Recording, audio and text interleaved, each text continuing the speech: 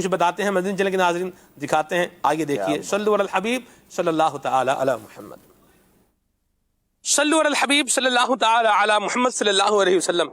مدنی channel کے ناظرین، اس وقت ہم باب المدینہ کراچی میں موجود ساحل سمندر پر ہیں،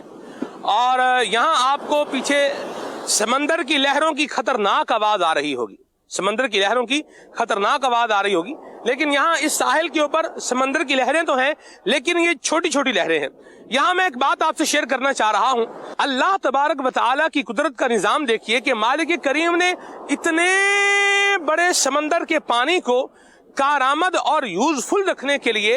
اور اس پانی کو بدبو سے بچانے کے لیے سمندر کے اندر ایک ایسا نظام رکھا ہے کہ یہ سمندر جو ہے یہ حرکت کرتا رہتا ہے۔ اس کے اندر مد و جزر کا عمل ہوتا ہے۔ مد و جزر کہتے ہیں، مد مطلب ہوتا ہے پانی کا آگے بڑھنا، اور جزر کا معنی ہوتا ہے پانی کا پیچھے کی طرف چلے جانا، یعنی یوں پانی کے اندر ایک حرکت رہتی ہے اور پانی کے اندر بدبو پیدا نہیں ہوتی، ورنہ وہ پانی جو کھڑا رہے اس کے اندر بدبو پیدا ہو جاتی ہے۔ اتنے بڑے سمندر میں بغیر کسی ظاہری سبب کے حرکت کی صلاحیت پیدا کرنے والا، اس کے اندر موجیں پیدا کرنے والا کون ہے؟ وہ ہمارا خدا ہے۔ یہ سمندر کا یہ سارا ریڈیس، یہ سمندر کا پانی اور اس کا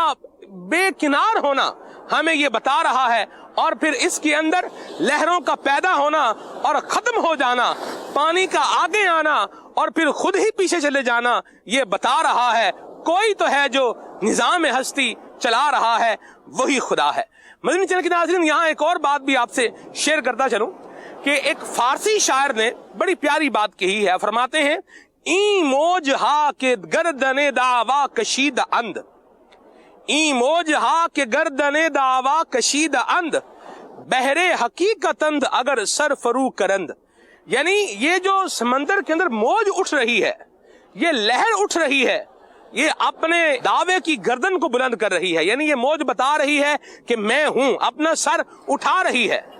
اور سر اٹھاتی ہے، بالآخر کیا ہوتا ہے کہ یہ موج ایک وقت میں آ کر ختم ہو جاتی ہے۔ جیسے ابھی آپ کو نظر آ رہا ہوگا کہ سمندر کے اندر ایک لہر بن رہی ہے، لہر اٹھ رہی ہے، آ رہی ہے، سر اٹھا رہی ہے، لیکن بالآخر ختم ہو رہی ہے۔ میرے مدنی چینل کے ناظرین، اللہ اکبر، یہ ہمارے لیے ایک سبق ہے، ایک درس ہے کہ جو اپنا سر اٹھاتا ہے، تکبر کرتا ہے، وہ ایک وقت آتا ہے کہ ختم ہو جاتا ہے۔ سمندر کو آپ دیکھیں،